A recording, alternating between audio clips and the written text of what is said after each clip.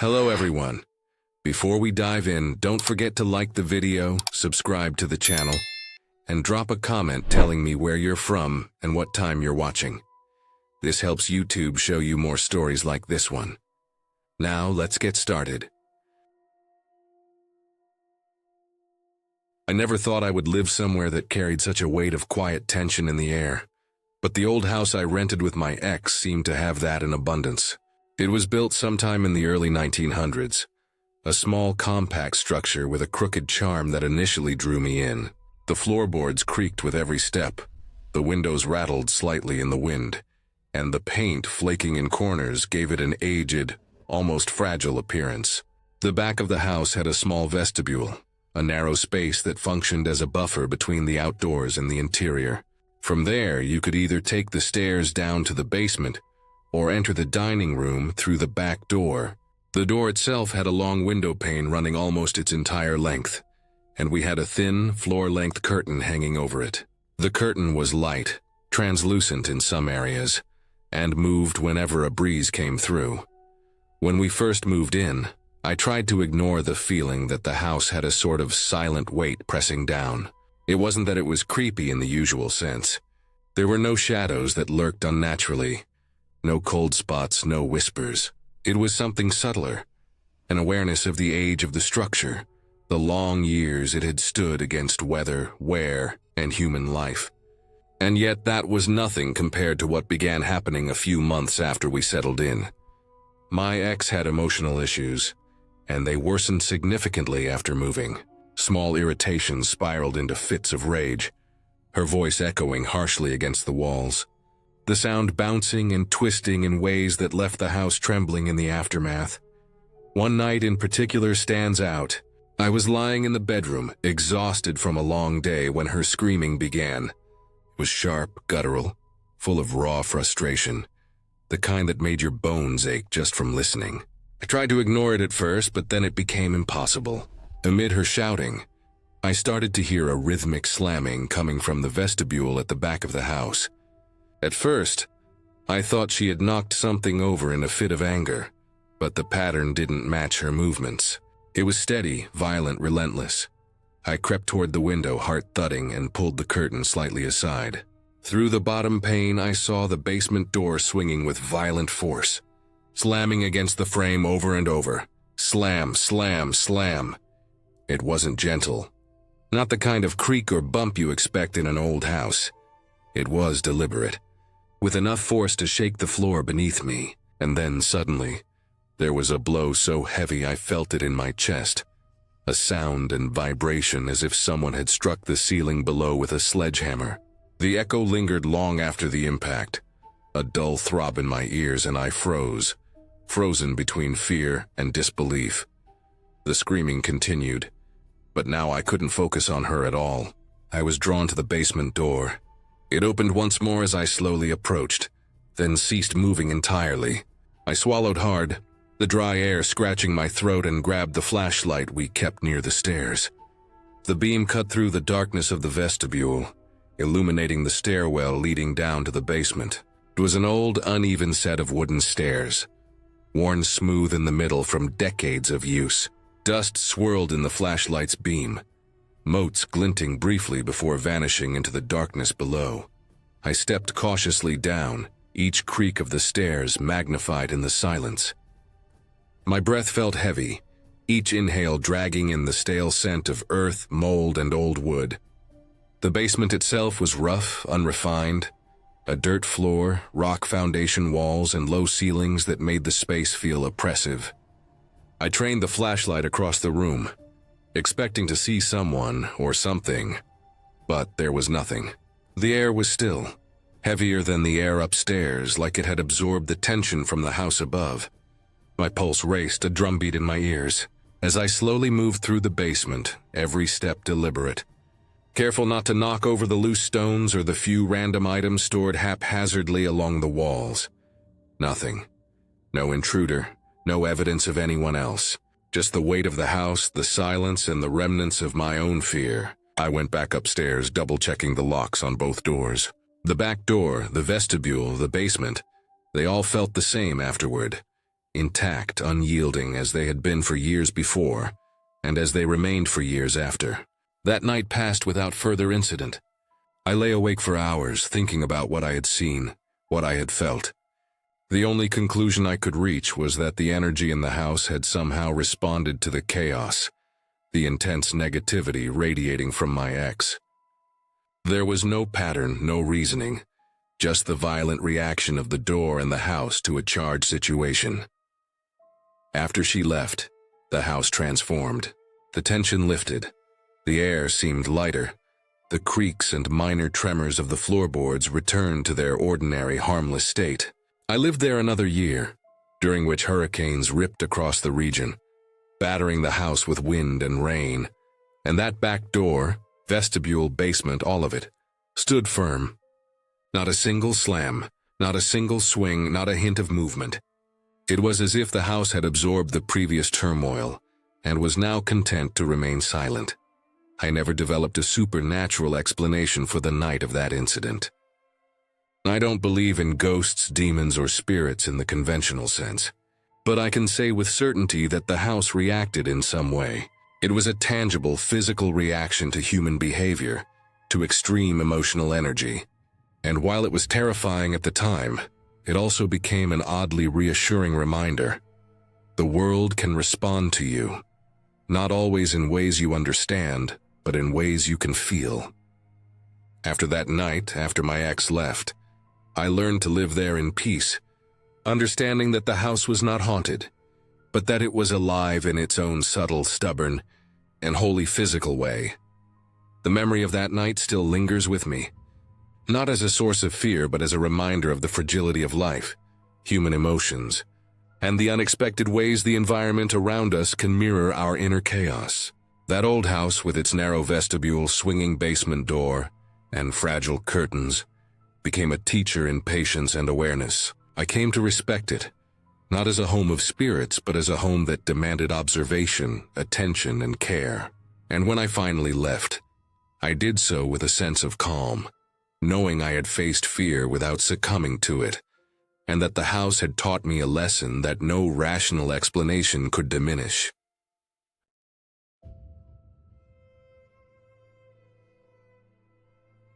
It was the second night at the festival, deep into the early hours when the sky was black and the stars barely pierced through the dense canopy of pine and oak that framed the edges of the grounds.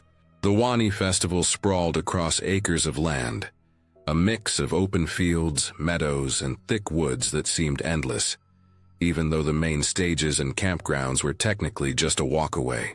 There were thousands of people scattered around, but at that hour most were either huddled in their tents or wandering back from late-night shows, some laughing, some quietly stumbling with beers and joints in hand. My buddy and I had slipped away from the main crowd, drawn by the quiet isolation of the trees and the strange, heightened clarity the acid had given us. The forest was alive in a way that made the festival grounds feel both intimate and enormous at the same time. Every shadow seemed to breathe, every rustle of leaves a whisper just out of reach, and every gust of wind carried something that felt alive and watching.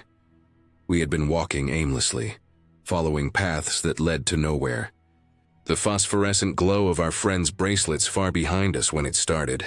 The sound cut through the soft background hum of crickets, cicadas, and the occasional distant bass from the stages. It was piercing, human, urgent, blood-curdling screams. My stomach sank instantly. There was no doubt about it in my mind. Someone was in trouble, someone was being attacked. My body reacted before my mind caught up. My legs carried me forward without thought. Adrenaline and fear fighting with the acid-induced euphoria. My buddy close behind me, both of us half running, half stumbling over roots, soft earth, and low-hanging branches that reached out like skeletal hands to trip us. The screams repeated in uneven bursts, sometimes closer, sometimes further, but always sharp and terrifying. We stumbled into the main path cutting through the woods, where the festival lights were faint but visible, glimmering through gaps in the trees. People were moving along the path, some laughing quietly, some holding hands, some carrying sleeping bags or drinks. Oddly, no one seemed to react to the screams. They walked past us as if nothing was wrong. My mind started to twist in confusion. Why was everyone so calm? Why was no one else running toward the sound? For a moment, I felt a creeping fear that maybe I was the one losing touch with reality. Maybe the acid had made my mind invent danger where none existed. But the sound was too clear, too sharp, too human. It was unmistakable. We pressed forward cautiously, weaving through underbrush and low trees, scanning for a light or a figure. My heart hammered so hard it felt like it could lift me off the ground. The smell of damp earth mixed with the faint aroma of smoke from distant campfires, and my senses felt both enhanced and distorted. The textures of the world around me amplified into a strange, vivid clarity. Every small snap of a twig made me jump. Every rustle of leaves made me flinch. My mind raced with possibilities, each one darker than the last. I imagined a girl trapped, fighting, a shadowed figure pressing her to the ground. I imagined my hands reaching out too late, just brushing her sleeve before the attack ended. Then the sound came again, closer this time, a sharp, wailing scream that made my blood run cold. I felt my legs go into overdrive, nearly tripping over a low branch in my rush, and my buddy's hand grazed my shoulder to steady me. The path widened slightly, and through the shadows I saw movement ahead. A figure sprinting from the trees coming directly at us, arms pumping, wild hair flying. The figure was laughing, not screaming, but the sound had a manic, unhinged quality that made my stomach twist. My body froze for a split second in pure terror, unable to reconcile what I was seeing with what I had heard. As he passed, he shouted something I barely caught, words that seemed nonsensical at first. "It's a fucking peacock," he yelled and kept running. My buddy and I stood there stunned, the adrenaline still roaring in our veins. We both turned and there it was, a large bird standing near the edge of the path. Its feathers were ruffled, neck stretched high, and its mouth opened in a scream so sharp and human-like it made my stomach twist. The realization hit slowly, first in disbelief, then in a tense, almost hilarious relief. The sound that had filled me with dread, the scream that had made me certain someone was in danger, had come from a peacock. A bird, alone, completely harmless, yet somehow capable of producing one of the most terrifying noises I had ever heard. I sank down to a nearby log, my legs shaking, the acid still heightening every detail. The peacock let out another scream, stretching its wings, the echo bouncing off the trees, sounding again like a woman crying for help. My mind tried to process the layers of fear, adrenaline, and relief all at once. How close had we been to panicking completely, to rushing into danger that didn't exist? How easily our minds in that heightened state had been fooled. The forest seemed to breathe around us again, not threatening this time, but calm, as if mocking our panic. Hours later, when the sun began to rise and the early morning light filtered softly through the pines, everything felt different. The festival grounds slowly awoke to the gentle sounds of people stirring, tents unzipping, coffee brewing, the distant strum of someone's guitar. The woods no longer seemed intimidating. The peacock, somewhere in the shadows, remained just a bird, making strange noises and pecking at the earth, entirely unconcerned with the chaos it had caused. My buddy and I walked back toward the main festival area, our steps slow, the adrenaline ebbing into a tired, almost shaky relief. We laughed quietly, a release of tension that felt long overdue, our voices low to avoid breaking the surreal peace of dawn. It was a strange lesson, one I would carry for years. The woods, the darkness, the unknown. They could twist your mind, especially when altered, especially when isolated. Fear was easy to manufacture when you let your senses run unchecked, when your imagination filled in gaps before logic had a chance to catch up. And yet, despite the fear, despite the panic and the shaking legs, there was a strange beauty to it all. The sharp clarity of survival instincts kicking in, the sudden, overwhelming relief of realizing nothing life-threatening had occurred, and the humbling reminder that nature was full of surprises, some terrifying, some harmless, all vivid in ways you couldn't predict. By the time we returned to our tent, the festival was fully awake, buzzing with morning activity. The night's events, which had seemed so intense and real, had faded into a bizarre memory, a story we would retell and exaggerate for friends who had slept through it. The peacock, the screams, the sprinting stranger, all became part of the lore of that night, an unforgettable mix of fear and absurdity that would stick with us long after the music. The drugs and the forest had faded into memory. I slept heavily that morning, exhausted but oddly exhilarated, aware that I had witnessed firsthand the power of fear, perception, and the wild unpredictability of nature.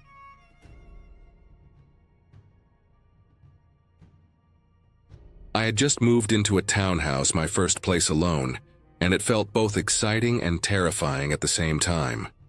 It was a small 2-story unit with a door that opened straight out to the street, instead of into an interior hallway like most apartments.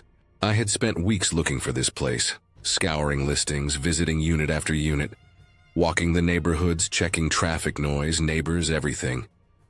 When I finally got the keys, I remember the thrill of turning the lock, stepping inside, and realizing that now everything was mine. No landlords popping by, no shared hallways, just me and my new life. The place was empty, echoing with the potential of my own future, my own life. And yet somehow it also made the silence louder. Every creak, every gust of wind rattling the windows sounded amplified. I had my dog with me, a large lab pit mix, a sweet, gentle creature who had always been my anchor. Moving alone for the first time in years was easier with him around, though even he seemed to sense the change, circling the rooms cautiously, sniffing the air. The first couple of nights passed without incident, mostly quiet except for the usual city noises filtering through the windows and the soft hum of the heater. I had taken to late-night reading as a ritual, something to settle my mind before sleep. That night in October, the air had turned sharp and chilly, the kind of cold that made the skin on your face tingle and your breath visible even indoors. I curled up on the couch with my blanket, and my dog sprawled next to me, scrolling through some news and late-night stories. My attention eventually settled on something that sent a shiver down my spine. A story about Elisa Lam and the Cecil Hotel. I had seen the infamous elevator video before, but reading the details at night in my new, quiet townhouse made it all feel close, immediate, somehow creeping into the edges of my reality. The story was bone-chilling. The footage, the mystery, the helplessness, it all combined into a feeling of unease that settled in my stomach. I tried to shake it off, telling myself it was just a story, just the city and human tragedy. Nothing more. Still, the hairs on my arms stood on end, and the dog shifted uneasily at my side, whining softly. Then it happened. A pounding at the door. Not a knock, not a polite tap, but a hard side-fist thumping that echoed in the quiet townhouse. My dog immediately bolted upright, barking and growling, hackles raised. I froze. My heart started racing. The clock had just ticked past midnight. I had lived alone before, but something about this, the darkness, the isolation, the sudden jarring sound, made my chest tighten. I stayed still for a few seconds, listening. The pounding came again, relentless, closer to the door now. My dog's barking intensified. A deep, loud, protective sound that seemed to shake the air around us. I crept down the narrow staircase, one careful step at a time, trying not to make a sound, but also trying to be ready, in case whatever was on the other side of that door had any ill intentions. I slid up to the peephole and looked through. There he was, a man, older, maybe in his late 50s or early 60s, with a disheveled mullet that was more gray than brown, unshaven stubble covering his face, eyes sharp and slightly wild. His clothes were worn and stained, and he leaned into the door, pounding again. My instinct screamed at me not to open it. Something about him was off, immediately triggering every cautionary thought I had stored from watching true crime stories, from every safety seminar, from every instinct I had honed in the city. I could hear him mumbling something through the door, but the words were unclear. I hesitated, feeling the weight of my own fear pressing into my chest. My dog was now practically vibrating with energy, barking like the very sound might throw him off balance. I leaned closer and called out, keeping my voice steady. "Who's there?" He growled in response, low and urgent. "Gas man." I froze. Gas man. It was so absurd I almost laughed, except the pounding continued, relentless. I said, "What?" "Gas man. I need to come in." My pulse spiked. "There is no way I am letting you in." "Miss, it's an emergency." I swallowed hard. "Yeah, there is no possible way I am opening that door. I'm calling the police." "You're really not going to let me in?" No." I watched him closely through the peephole, the thick glass slightly magnifying the wildness in his eyes. He leaned closer, pressing his face into the small circle, probably trying to gauge my reaction, probably expecting me to panic and open the door. The pounding slowed a bit as he realized I wasn't moving, that I wasn't complying, that whatever strategy he had in mind wasn't working. My dog continued barking, every hair on his body stiff, tail stiff, teeth bared in that frightening way that made him look more vicious than he really was. Eventually, after what felt like an eternity, he seemed to deflate. The wildness drained from his face. He shuffled back a step, muttered something I couldn't hear clearly, and finally walked off down the street. The pounding stopped. My hands were shaking, my chest heaving, adrenaline coursing through me so hard that it left me lightheaded. I stayed at the door for a long while after, listening to the faint sound of his footsteps retreating, listening for any other noises in the street. Eventually, I leaned back against the door, letting my dog settle beside me, trying to calm myself down. I was furious at myself for even hesitating to act, for almost letting fear dictate my behavior. And yet at the same time, I couldn't shake the dread that had settled in the pit of my stomach. About 5 minutes later, there was a knock at my door again. This time it was gentle, polite. I peeked through the peephole cautiously. 2 women, my neighbors from next door, stood there holding flashlights and looking serious. Their eyes were wide, and the way they were holding themselves suggested urgency. They immediately started talking, pointing toward the street and gesturing for me to come out. I opened the door slowly, wary, and they explained that there had been a gas leak in the neighborhood and that the man who had come to my door earlier really was a gas worker. They had been canvassing the area to make sure everyone was safe. The relief hit me in waves, each wave stronger than the last. The fear, the pounding, the adrenaline, all of it had been real, but it wasn't malicious. It was just a terrifying coincidence, a miscommunication, and the difference between awareness and potential danger. I felt embarrassed for my fear, but grateful for my instincts and for my dog, who had been my first line of protection. The women guided me through checking the townhouse, explaining the situation, showing me where the leak had been detected, and how to monitor for any lingering gas. The reality of the situation, that this had actually been a real threat, and not some random or criminal act, made me both more relaxed and more aware of how quickly circumstances can turn. After the women left, I spent the next hour walking through the townhouse, double-checking every door, every window, every corner. I made sure my smoke and carbon monoxide detectors were working. I inspected the pipes and connections in the kitchen. I even checked the furnace and gas lines, tracing their paths to the meter outside. The experience had shaken me, but it also left me feeling competent, capable, and more in control than I had before. I realized that living alone wasn't just about independence. It was about responsibility, about being prepared for the unexpected. I spent the rest of the night cleaning up a bit, reorganizing and keeping the lights on longer than usual. My dog curled up next to me on the couch, finally relaxed, and I let myself breathe, slow and deep, until the tension began to leave my muscles. By morning, the fear had faded entirely, replaced with a sense of accomplishment and awareness. I had handled the situation safely, had relied on my instincts, and had acted with caution. And though I knew I would always remember that pounding at the door, I also knew I would remember it as a turning point. The townhouse felt like home now, a place I could navigate safely, a place where my vigilance mattered. I had survived my first real test of living alone, and in that survival, I found a strange sense of empowerment. From then on, every time the wind rattled the windows or the shadows shifted oddly in the corners, I remembered that night. I remembered the pounding, the fear, the wildness of the unknown at my doorstep, and how quickly a situation can escalate in the quiet of night. I kept my dog close, my keys in hand, my senses sharp. But I also carried with me a deep, quiet gratitude for awareness, for preparation, and for the fact that sometimes even the scariest moments have simple, real explanations. The townhouse no longer felt silent and empty. It felt alive and mine. And for the first time in my life, living alone felt like something I could truly handle.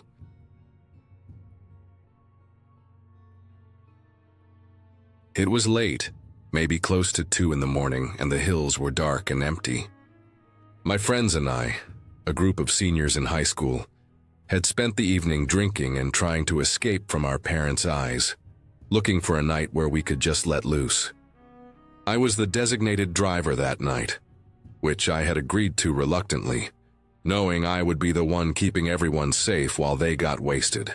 At first it was just another reckless night, laughing too loud in the car, dodging the winding roads, shouting over the music as we made our way deeper into the hills.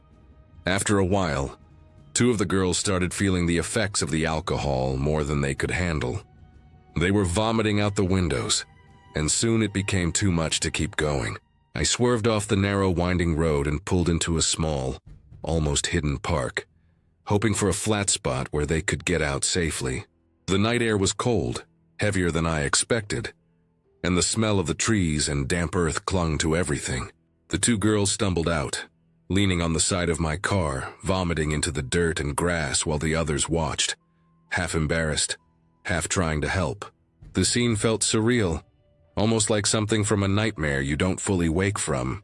We had just closed the doors after they were done, laughing nervously about how terrible they smelled, when I noticed a pair of bright high beams cutting through the dark from the edge of the park. A pickup truck had rolled up behind us, and the lights were fixed on my car. My first thought was that it was the police. I froze, trying to calm myself as I gripped the steering wheel. My heart was hammering, the quiet hum of the truck's engine behind us a constant pressure. I expected a siren, a knock on the window, anything, but nothing happened.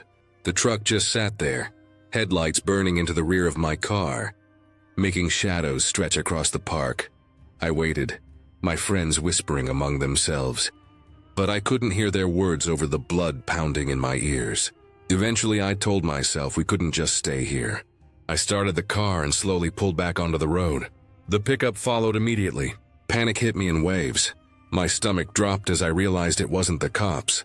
This guy was following us intentionally. My friends started panicking. The drunk haze they had been floating in quickly replaced by fear. I tried to stay calm, remembering every turn and shortcut I knew through the hills. I sped up, weaving through familiar roads, trying to lose him. Every turn I took, the pickup mirrored us. Every time I slowed slightly to make a sharp corner, the truck stayed glued to our tail. I felt trapped, like we were in some kind of twisted maze, the darkness of the hills pressing down around us. My hands were sweating on the wheel, my knuckles white, and I could hear the girls in the back gagging again. They needed to stop. There was no way we could keep driving like this with 2 drunk friends feeling sick. I pulled over again in a dimly lit street, hoping to give them a chance to catch their breath. The pickup stopped right behind us, lights blinding, engine humming like a predator ready to strike. I looked into the rearview mirror and froze. The driver was an older white man with a thick beard, his expression unreadable in the glare. He was reaching for something in the glove compartment, and something about the way he moved made my stomach turn. I didn't think about what he could be reaching for. I only knew that whatever it wasn't good. My hands shook, my friends shouting or coughing, and I felt my chest tighten. I told them to get inside the car quickly, slammed the doors and floored it.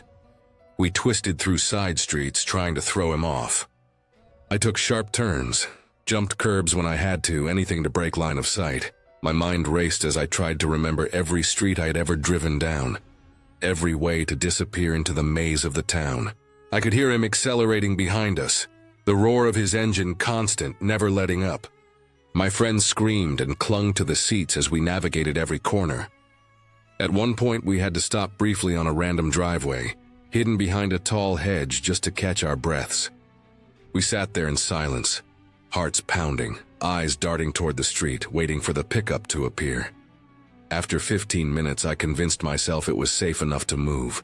We crept back onto the main street, hoping that somehow he had given up. But the moment we hit the road, my heart sank. The pickup truck was waiting for us just a few cars behind, lights glaring, like he had been there the whole time. Fear hit me in full force. I didn't think, I just drove. I pressed the pedal to the floor, weaving through traffic, trying to lose him on straightaways, taking every side street I could remember. He stayed on us, relentless, never missing a beat. The town blurred around us. Streetlights streaked into long lines. Houses flashed by in shadowy shapes. And I realized that no matter where we went, he knew where we were. My mind raced with scenarios. Was he going to try to ram us, stop us, get out? I couldn't let him catch up.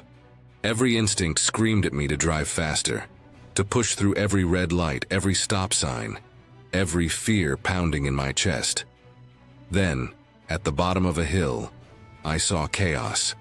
A massive accident had blocked the road ahead, police cars and fire trucks forming a barrier. I slowed slightly, almost in disbelief, thinking that maybe this could work to our advantage. Maybe he couldn't follow us here. But then the pickup ran a red light in front of the cops, overtook us and disappeared into the chaos. I didn't see him again after that, and a strange, sudden relief washed over me. We didn't speak for the rest of the drive home. The adrenaline kept us wired, but the silence was heavy. When we finally pulled into my driveway, all I could do was park and sit, shaking, staring at the empty street, knowing that the man was out there somewhere. But at least for now, he was gone. I never saw him again, never found out who he was or what he wanted. But that night stayed with me, a constant reminder of how fragile control can be, and how quickly something as simple as a night out with friends can turn into something terrifying. Even years later, driving through hills at night, I find myself gripping the wheel tighter, checking mirrors more often than necessary. I remember the sound of the engine behind us, the glare of those lights and the sense of being hunted with no escape. But I also remember the relief, the knowledge that we had survived, that we had made it through without harm. That night didn't break me, but it taught me something invaluable about fear, instinct, and the sharp edge that life can suddenly rest upon. Every detail of that night is etched in my mind. The smell of the park, the bitter scent of vomit, the trembling of my friends, the bright, relentless headlights, the old man's hand moving towards something I dared not imagine. It was a night of pure terror, but it ended in survival. We made it home. We were safe. And while the memory of those headlights still makes my chest tighten, I carry with me the understanding that even when confronted with the unknown, clarity and quick thinking can be enough to get you through. It wasn't over in one moment. It was the long stretch of fear, the endless chase, the feeling of being trapped between life and something far darker. But the ending was clear. We lived. We reached safety. And that, after hours of terror, is the only ending that mattered. I drove home slowly after that, taking side streets, checking over my shoulder constantly, making sure the pickup didn't appear again. It didn't. We got to my house and I parked in the garage, doors locked, lights on. My friends didn't speak, just sat quietly, some still nauseated, all of us still shaking. But eventually relief started to settle in, and the night, terrible as it had been, ended. The fear remained, but the fact we were alive and unharmed gave a strange sense of victory. Even now, when I think back, I can remember the details vividly. The sharp smell of the alcohol and vomit, the cold night air, the oppressive darkness, the glare of those headlights, the sense of imminent danger pressing down like a physical weight. But I also remember the relief and the careful thinking that kept us alive. That night was terrifying, yes, but it ended in clarity and safety, and that is something that, no matter how long ago it was, stays with me. A reminder of how quickly life can turn, and how resilient people can be in the face of fear. We never spoke of it much after that. Some of my friends would bring it up in passing years later, laughing nervously. But the truth was clear. That night had been a test of instinct, courage, and the will to survive. And we had survived. That was the ending, clear and undeniable. Life returned to normal after that night, but the memory never faded. I remember every detail, every sound, every movement, every choice I made behind the wheel. And while the fear of what could have happened lingers, the knowledge that we came through it, alive and unhurt, is something I hold on to. A permanent reminder of a night that was as terrifying as it was unforgettable. Even now, driving at night, I find myself double-checking mirrors, keeping my speed in mind and thinking about the unknown dangers that could be out there. But I also remember the control I had, the decisions I made, and the fact that we survived. That night taught me more than fear. It taught me about awareness, preparation, and the fragility of life. And while I will never know who the man in the pickup was or why he followed us, the ending is clear. We made it home, safe, intact, and alive. That clarity, in the middle of a night that felt like endless terror, is the only conclusion that matters.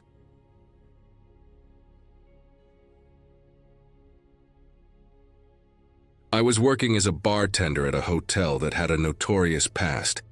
One of those incidents that never quite left the building, lingering in hushed conversations among staff and in the wary eyes of guests who had caught snippets of the story. Room 354 had been the site of a murder about a year before. A flight attendant who had been staying at the hotel on layover, murdered under circumstances that had never been fully explained in the papers or by management. Since the incident, the room had been partially cleaned, its furniture and belongings replaced, but it was mostly left vacant. Even a year later, it carried a tension that you could feel in the long, carpeted hallways. Guests would sometimes glance at the doors along that wing and shift uncomfortably, and staff often exchanged knowing looks when they had to go up there alone. It was close to closing time on one of those nights where the bar was nearly empty. The low hum of the refrigerators behind the counter, and the soft tapping of a lone patron's laptop filling the otherwise quiet room. I was finishing wiping down the counter, lining up the bottles and stacking clean glasses when the MOD came in.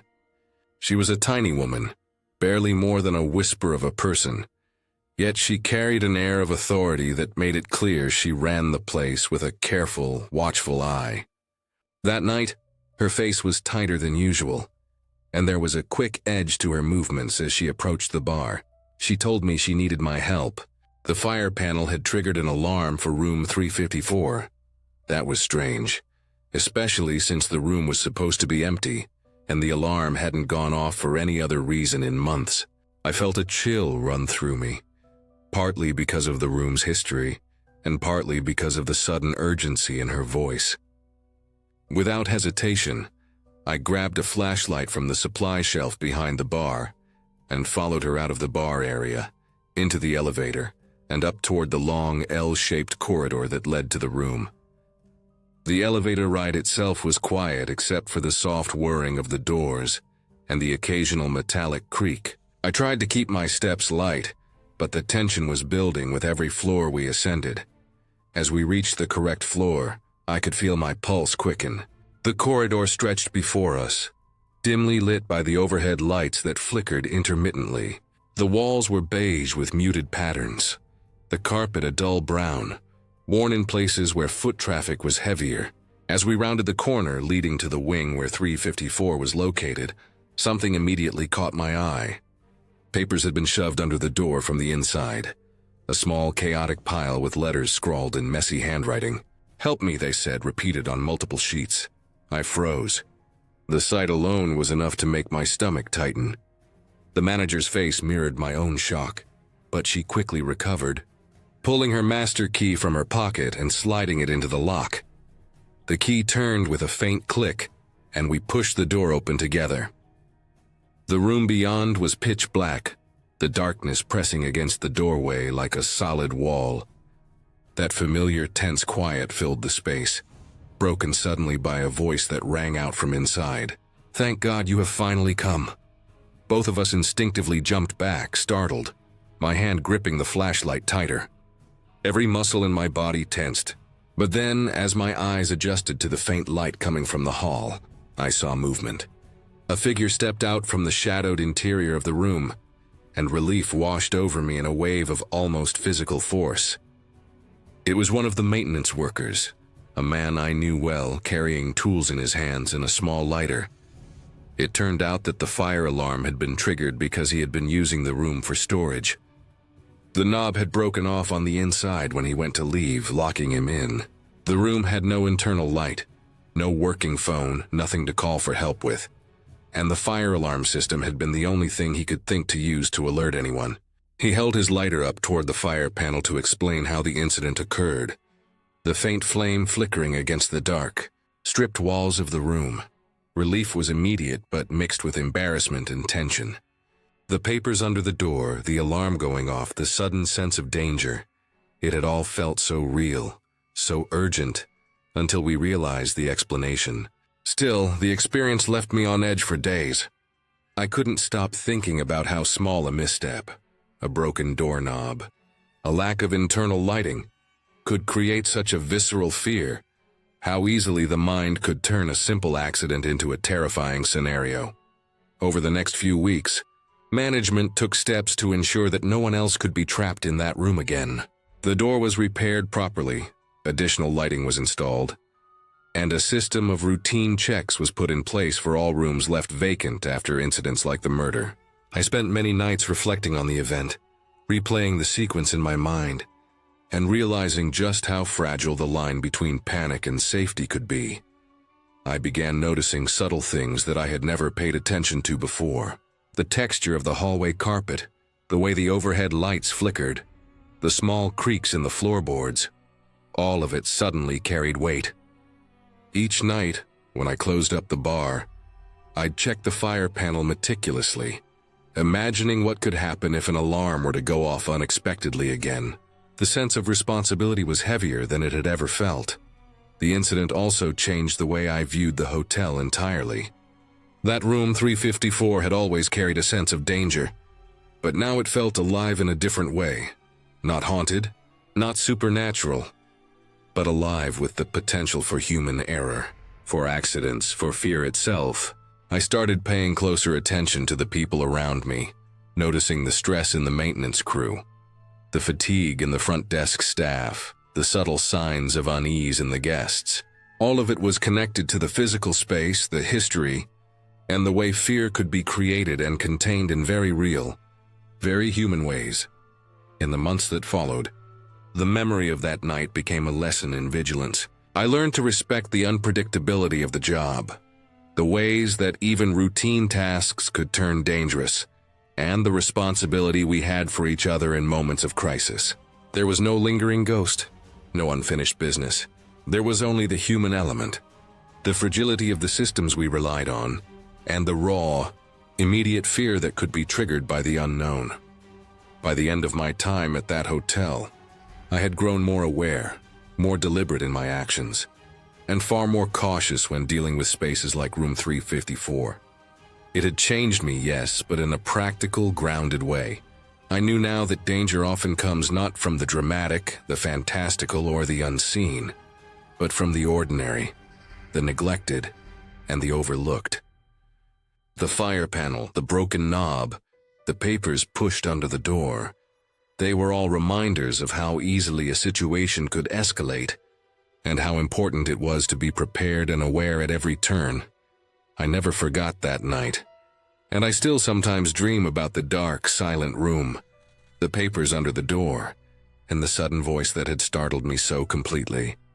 But unlike the ghosts or shadows some might imagine, it is a memory rooted firmly in reality, a story of human error, quick thinking, and the sharp, fleeting edge of fear that comes when the mundane becomes dangerous. In the end, the incident had a clear resolution. The maintenance worker was safe, the room secured, and the hotel's procedures improved. Nothing supernatural lingered, no mysteries remained unsolved, but the night left a permanent mark on me, a lesson in respect for the ordinary, and a deep awareness of how quickly a small accident could become something much larger if left unchecked.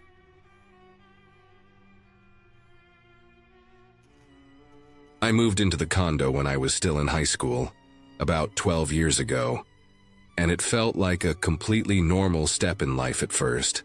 My parents had purchased the place from a family friend, a woman whose mother had lived there before us.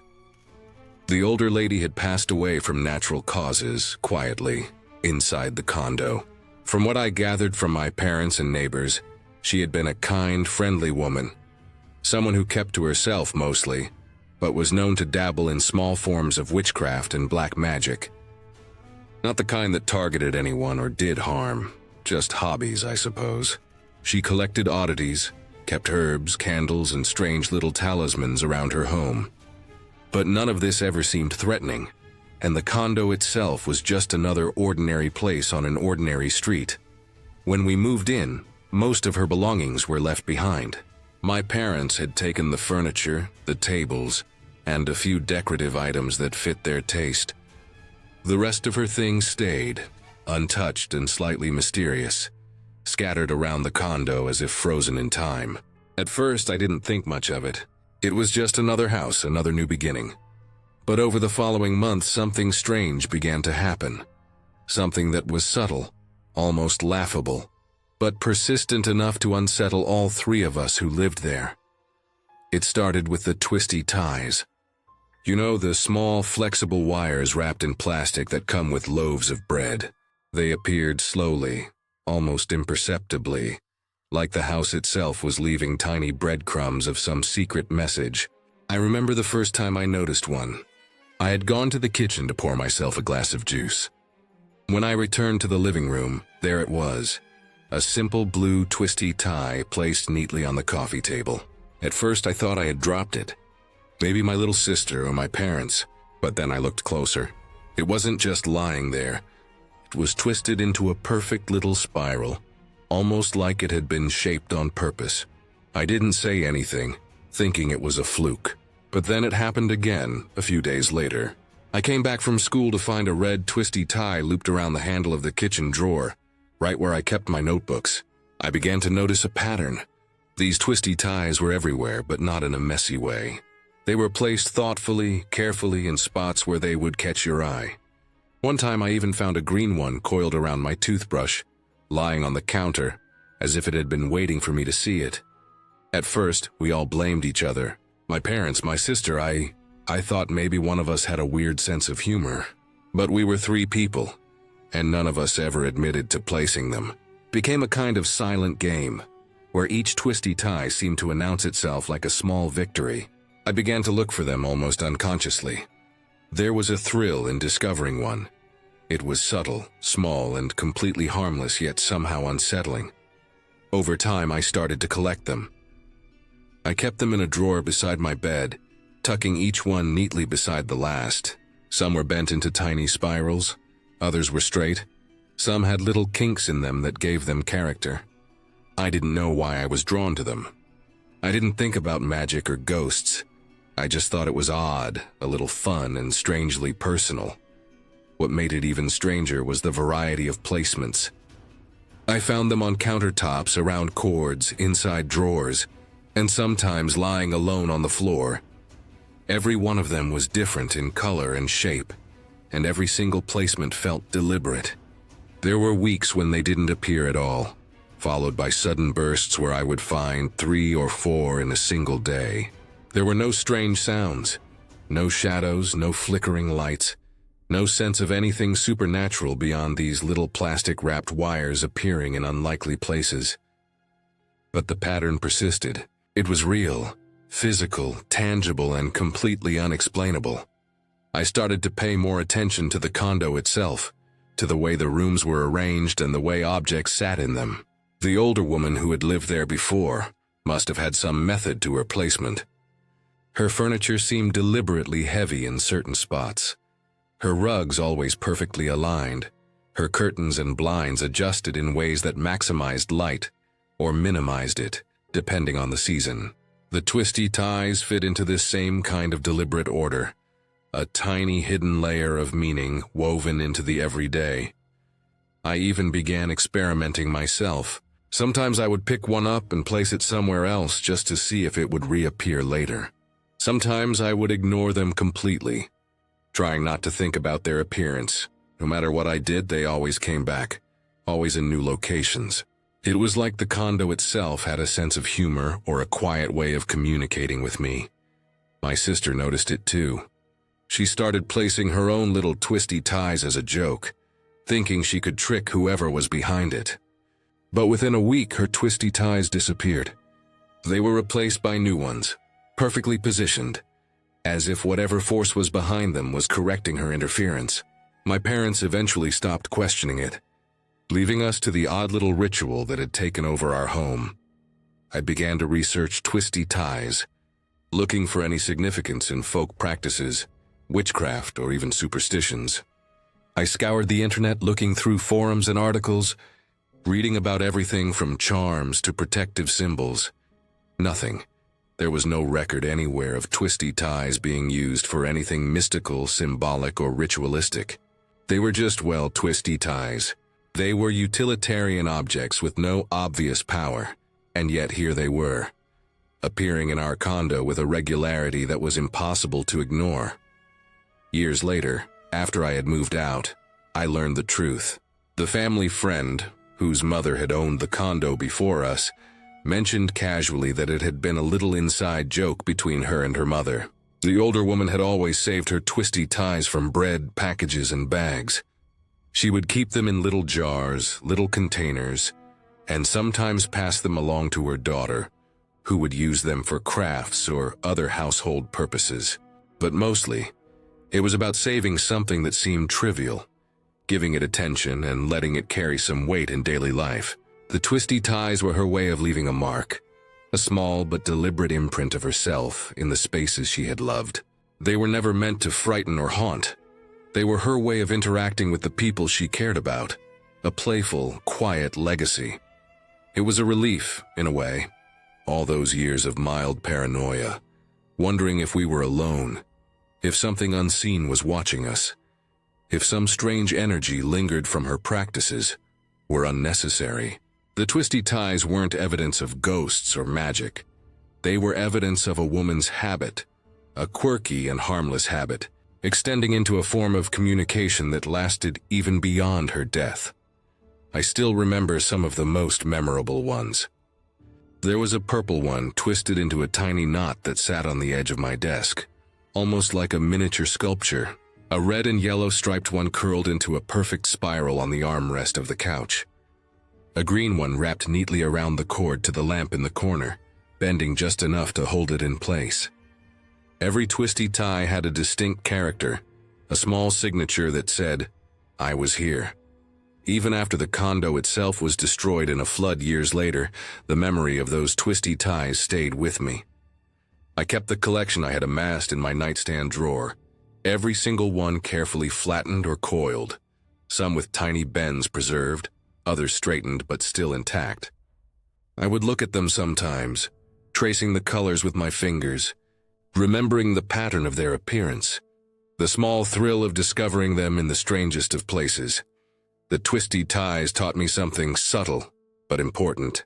Small gestures, things that seem trivial, can leave lasting impressions. A mundane object, like a simple twisty tie, can carry meaning far beyond its intended purpose.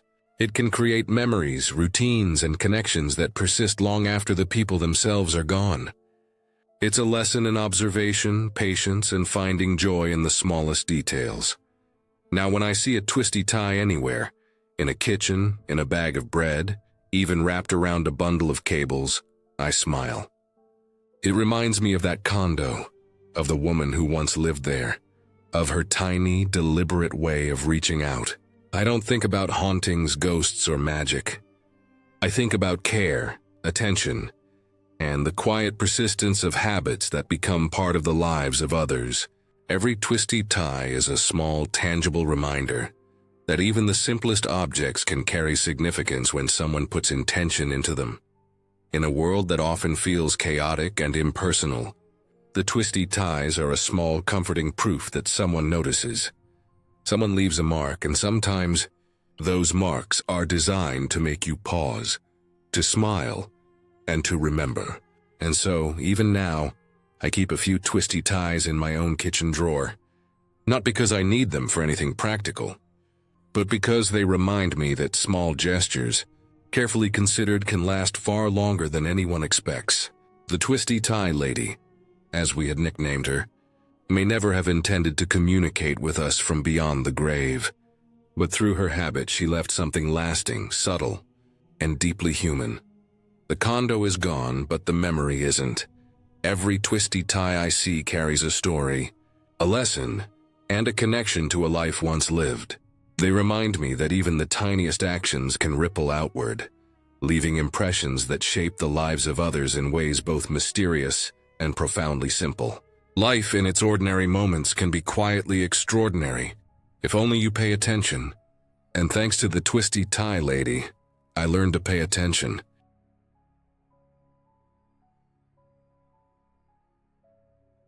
I remember the winter more vividly than most of the other years I spent living at my parents' house before I went off to college. It wasn't the sort of winter that crept in gently. It arrived violently, the kind that makes you realize just how small and isolated you really are when you're in the middle of nowhere. Our house sat on a small cul-de-sac that felt more like a dead-end road swallowed by snow than a neighborhood. The nearest other houses weren't even visible without a car ride of over 4 miles, and during the winter, that distance felt insurmountable. I had spent a lot of winters there, but the memory of this one night is burned into my mind, as if someone had pressed it into my brain. That night began like any other after the snowstorm hit. The snowfall had been relentless, the kind that blankets everything in a soft, suffocating white, muting sound and distance alike. By morning, over 1.5 feet of snow had accumulated. It piled up against the doors, blanketed the rooftops, and hung heavily on the tree branches. The world was utterly silent except for the soft hiss of falling snowflakes, and even the wind was mostly still, almost as if the storm itself was holding its breath. I woke early, pulled on my winter coat, boots, and hat, and stepped out onto our back deck to take pictures. The sight was breathtaking. The snow draped every branch, turning the yard into a crystal white forest frozen in time. I could see my breath fog in the air, feel the cold bite of the wind against my face, and hear the satisfying crunch of snow under my boots. I loved that quiet, that perfect isolated beauty. I was standing there for only a few minutes when I noticed something that immediately made my stomach tighten. Footprints in the snow led directly to my back door. At first, I thought maybe it was one of my siblings or parents, but the prints didn't match anyone who lived in the house. They were larger, heavier, and unmistakably adult. My initial reaction was disbelief. Maybe my eyes were playing tricks on me with the snow so white and thick.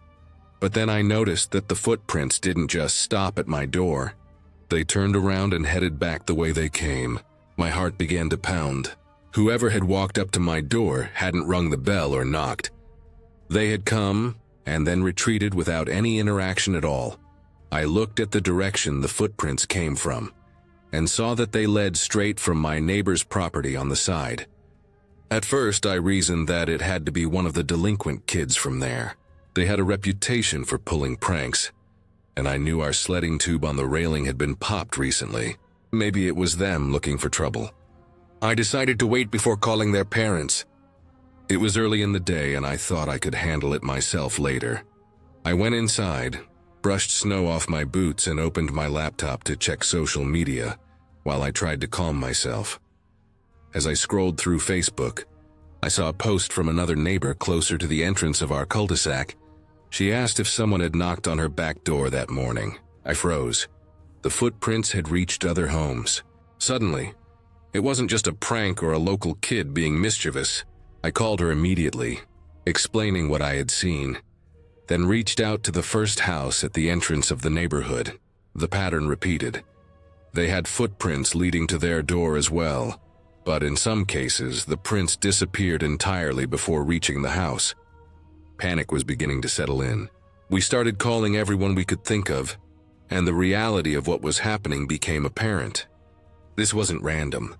Someone or something was moving deliberately through our cul-de-sac. The far-end house reported nothing unusual, but then my next-door neighbor called me, frantic. She told me that footprints had led up to her door, but hadn't left. I realized then that we were dealing with a trespasser who was still hiding nearby, and the thought sent a chill through me. We called the police immediately, explaining the situation as an emergency. They informed us that the roads were unplowed and inaccessible, meaning that help would be delayed. The woman was losing it. One of the husbands across the road, a huge man who seemed to radiate authority, sent her a text telling her he was coming over to invite her over, and she quickly left her house to stay with them. We decided to set up one of the neighbors' hunting cameras to cover the exits, hoping to catch some evidence of what was going on. Hours passed with no movement on the cameras. The snow continued to fall, heavy and silent, swallowing sound and distance. By evening around 7, a plow truck finally arrived, clearing the road, and 3 police cars rolled in behind it. The woman returned to her house with the couple she had stayed with, standing cautiously in the doorway as the police began their search. They started methodically, moving room by room. Everything seemed normal at first. They searched the main floors, the backyards, even the garages, and found nothing. But then they went into the basement. My stomach twisted as I realized how exposed these houses made us feel in the dark, quiet winter, with no one for miles except the other neighbors. Something in the basement didn't sit right with the police. They went down carefully, checking corners, closets, and hidden spaces. When they returned, only one officer came up immediately. The other stayed behind. I heard crying then, low at first, then uncontrollable, hysterical sobbing. My mind went into overdrive. The woman had been telling them someone was inside, but how could that even be possible? There was no way for someone to stay hidden unnoticed. My feet carried me toward the basement door instinctively, along with a few other neighbors, until several police officers stepped forward, blocking us. They whispered urgently, motioning us back. Minutes felt like hours. Then finally, they emerged. A scruffy man yelling and kicking was led out in handcuffs. His hair was matted, his clothes dirty, and his eyes wild with fear and defiance. The police had found him hiding in a small opening under the stairwell, a space no one, not even the woman, knew existed. Inside that hidden area were blankets she had recently cleaned and stored, suggesting that the man had been making himself comfortable in her house without her knowledge. The room next to hers had been touched as well, the sheets rearranged, the sense of invasion almost palpable. It was revealed later that the man was a thrill-seeking junkie on probation for assaulting a family member.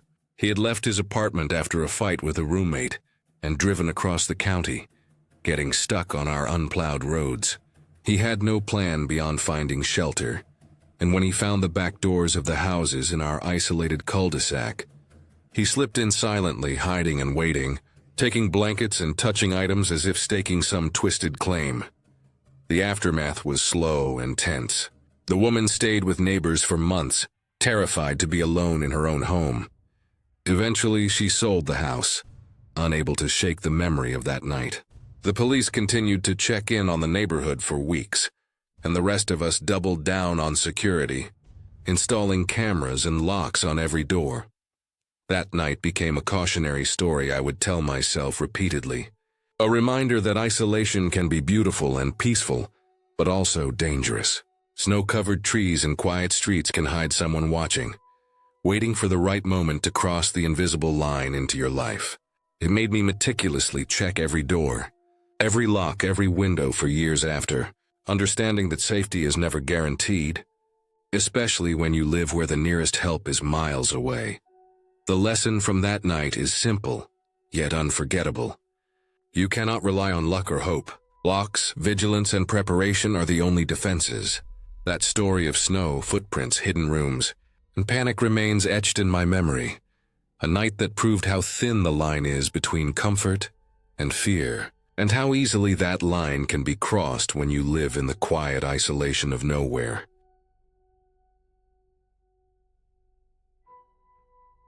It was around 10 at night when we decided to walk through the park. The idea was supposed to be fun. We were calling it a ghost hunt, but mostly it was just an excuse to explore the trails at night and feel that thrill that comes from being somewhere eerie. There were about 10 of us, spread out unevenly along the forest trail. Some of the group were ahead, joking and laughing to mask their nerves, and I ended up trailing behind. No one volunteered to be at the back, so I naturally became what I now think of as the human shield. It was a position that exposed me to the unknown, but at the time I didn't care. I just wanted to walk the trail. The trail itself was narrow and uneven, the kind of forested path that twists and turns in ways that make it hard to see far ahead. Moonlight barely broke through the canopy, leaving patches of dim light and long stretches of shadow.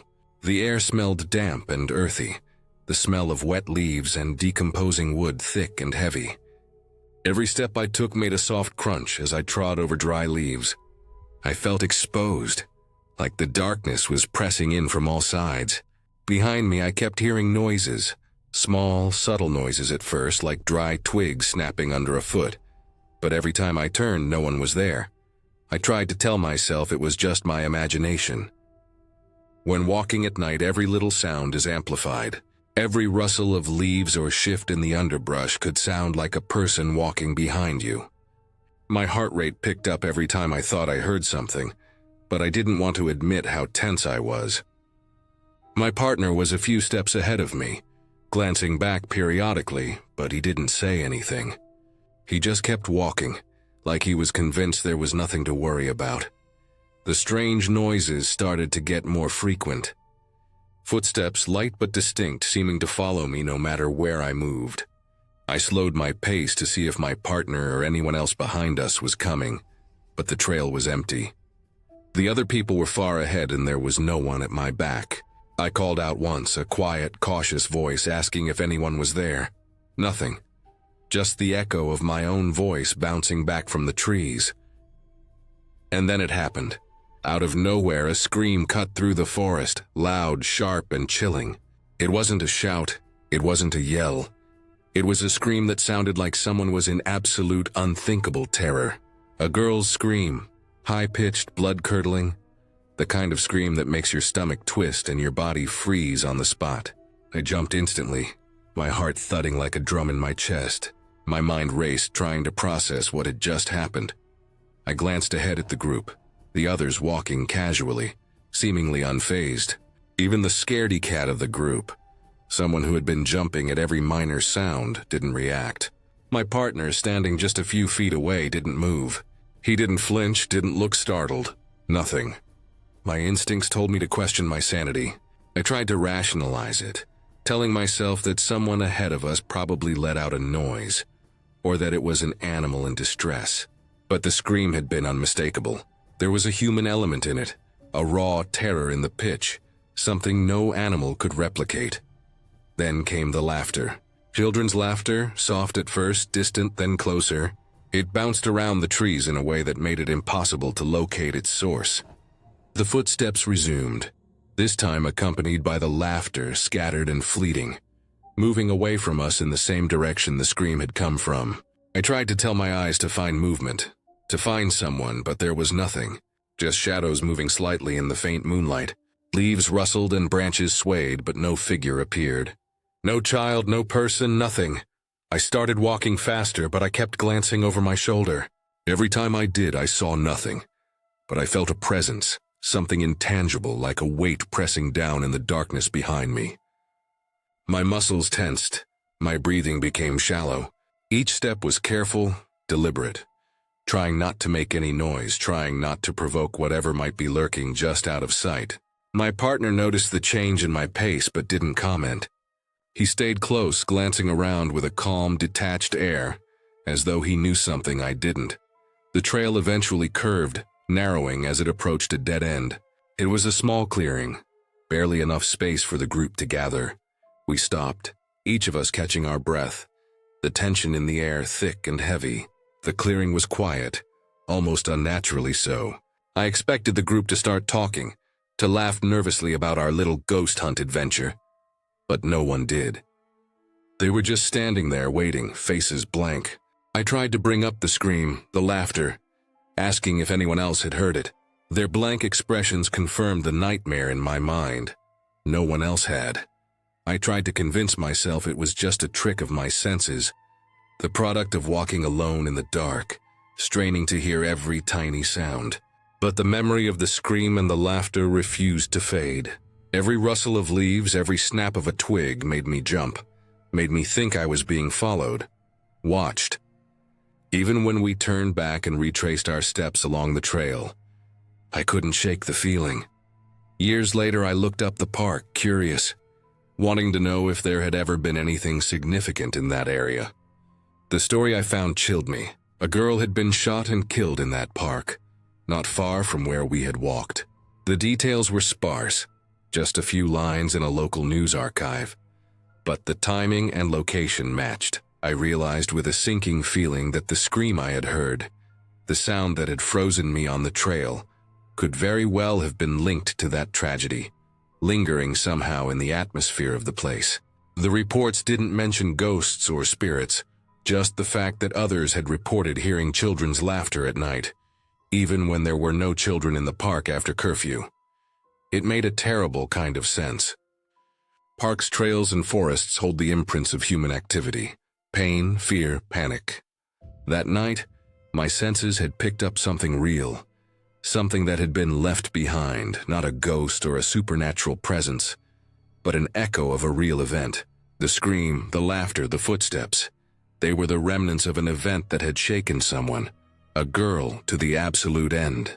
And in the absence of any other explanation, my mind had been the one to perceive it most clearly, trailing behind the group where I was most exposed. Since that night, I have never walked that trail after dark again.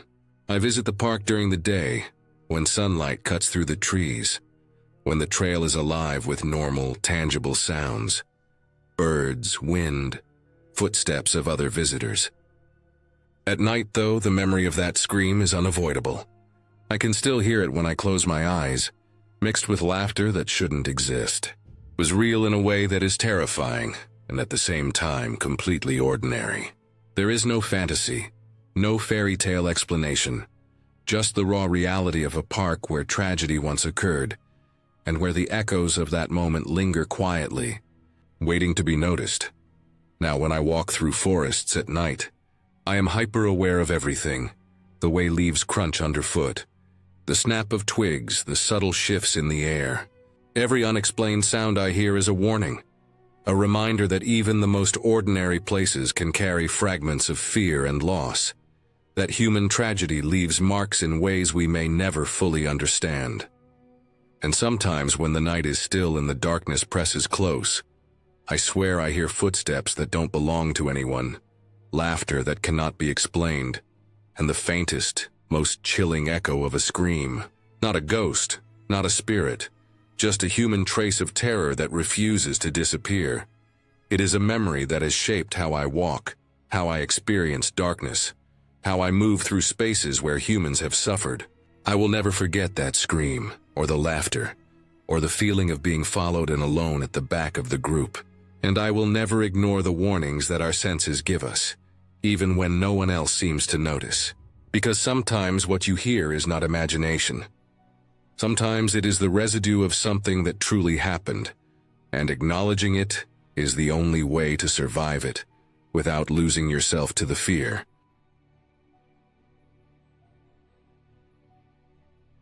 It was one of those nights that seemed ordinary at first, the kind that fade into memory for most people. But for me, it became a marker I would always remember. I worked as a kitchen manager back then, a position that carried a lot of responsibility, a lot of stress, and for me, a little added danger. I handled large sums of cash on a regular basis, making late-night deposits at the bank, sometimes alone. I wasn't reckless, but I wasn't paranoid either. I carried a handgun, not because I liked it, but because I needed the reassurance it offered. Over the years, I'd had trouble with a few ex-employees who held grudges, and some of them made their intentions clear enough to worry me. I tried to be careful, but nothing could have prepared me for the night that turned my world sideways. That night, I left work like any other. The rain had been relentless earlier in the evening, hammering against the roof and the streets, turning the city into a slick, reflective mess. By the time I stepped out, the rain had just stopped. The air smelled like wet asphalt and earth, heavy and almost suffocating in its stillness. I carried my bag, empty except for my keys and wallet, my hand brushing against the gun at my hip. It was old, a reliable piece I had never had to use for anything but practice, and I carried it loosely, more as a comfort than a weapon. The walk to my apartment was short, but I was aware of every sound, the distant hum of traffic, the occasional drip of water from the gutters, the squelch of my boots on wet pavement. My building was at the end of a dead-end street, quiet and mostly deserted, and I liked it that way.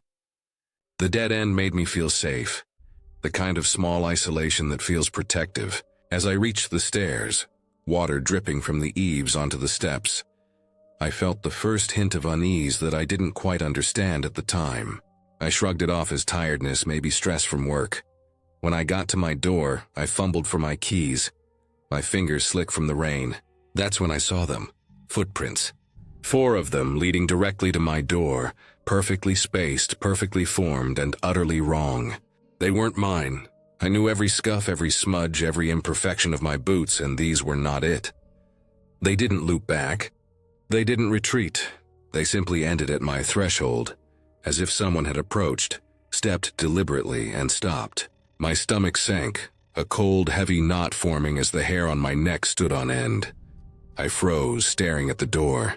My heart began to beat faster, the sound thumping in my ears louder than any sound around me. The night was silent, eerily so, and every instinct I had told me something was very wrong.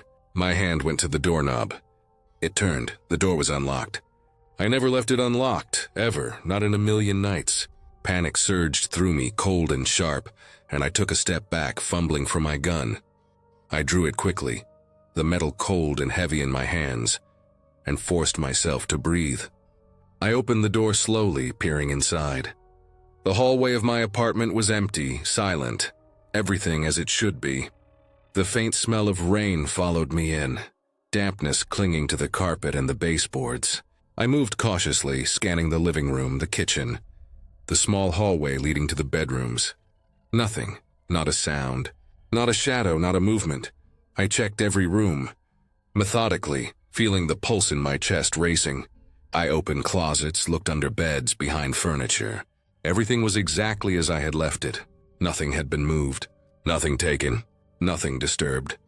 Every plate, every utensil, every article of clothing and piece of furniture was exactly where it had always been. My mind struggled to make sense of it. Someone had been in my apartment, I was certain. They had left footprints leading directly to my door, and yet there was no sign of theft, no sign of intrusion beyond the traces of their presence. I searched for hours, maybe more, though time felt irrelevant. I went through every inch of the apartment, opened every drawer, examined every closet, checked windows to make sure they hadn't been forced. Nothing. My apartment was untouched, pristine, even as if someone had walked in, looked around, and then vanished into the night without a trace. I couldn't understand it. The thought that someone had been there, that someone had come so close to my private life and then left without explanation, gnawed at me. Sleep was impossible that night. I sat on my couch, gun in my lap, flashlight in hand, eyes scanning every corner, every shadow. I went through the scenario over and over in my mind. Someone had entered. They had looked around. They had left the door unlocked as if daring me to find them. The thought of someone in my home breathing the same air, touching the same objects, walking through the same rooms where I lived, ate, and slept, was suffocating. My apartment, once a haven, had become a trap, a theater of potential horrors, all silent, all unseen. The next day, I called my landlord, a man I trusted, a man who had been involved in the building for years. I asked if he or anyone from maintenance had entered my apartment the previous night. He said absolutely not. No one would enter without notice, not on a Saturday night. There were no appointments, no inspections, no emergencies.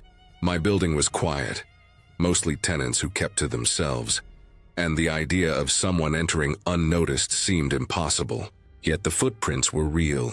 They existed. For weeks I slept lightly, if at all. Every creak in the floorboards, every distant sound outside my window, every gust of wind against the building made me tense, ready to react. I checked the locks obsessively, double-checked windows, installed extra security measures.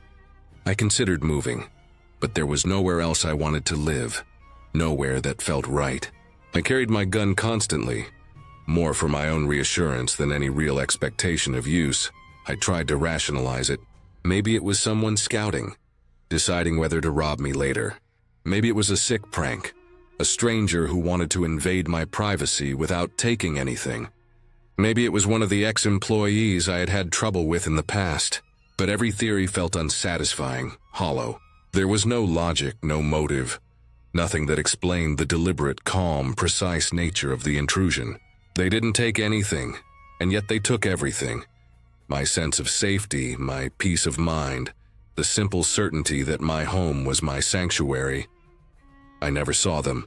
Never a face, never a shadow, never a trace beyond the footprints and the unlocked door. I learned to live with it, or at least pretend to. I became hyper-aware of my environment, cautious in ways I had never been before. I avoided routines that could be predicted, varied my paths, my habits. Every sound made me tense. Every unexpected movement outside my window made my heart jump. I never told anyone beyond a few trusted friends. They didn't understand. They couldn't understand. It wasn't about money or possessions or even personal harm. It was about the knowledge that someone had been in my life in the most intimate way, and they had left without a trace, leaving me exposed, vulnerable, and terrified. Months later, life resumed its rhythm. Though a little slower, a little more careful, I kept the gun always. I checked locks always. I never found the person who had been in my apartment. But I learned something valuable that night, something I wish I hadn't. I learned how fragile the illusion of security is, how easily it can be stripped away. I learned that fear doesn't always have to be visible to be real. Doesn't need a face, a weapon, a confrontation. Sometimes fear is silent. Sometimes it is the mere knowledge that someone exists who can violate the most personal spaces in the world and leave you to wonder why. I never found out who visited me that night. Maybe I never will. But over time, I understood that the visitor's purpose was never to take something tangible. They didn't need my money, my electronics, or my belongings. What they wanted, whether consciously or unconsciously, was to show me that my world could be invaded without warning, that the walls I trusted could be crossed without resistance. And in that, they succeeded. They left me a changed person, cautious, aware, never fully at peace. Eventually, I moved on with life. I changed apartments, changed routines, carried the lessons with me. I never left a door unlocked again. I never assumed safety was guaranteed. I learned to sleep with one eye open, to check the hallway before stepping into the living room, to keep my hand on my gun even when there was nothing to fear. And in a strange, perverse way, that night taught me something profound, that the mind, once it knows how easily it can be shattered, becomes its own fortress, its own weapon, and its own prison. The footprints remained in my memory, etched in detail, precise and unyielding, a reminder of how close chaos can come without ever touching anything tangible. Life continued, normal on the surface, but underneath, I carried the memory of that night. A constant reminder that security is fragile, that danger can be intimate and invisible, and that sometimes, the most terrifying intruder is the one you never see. The one who enters without permission and leaves without a trace, taking only what cannot be replaced, your peace of mind.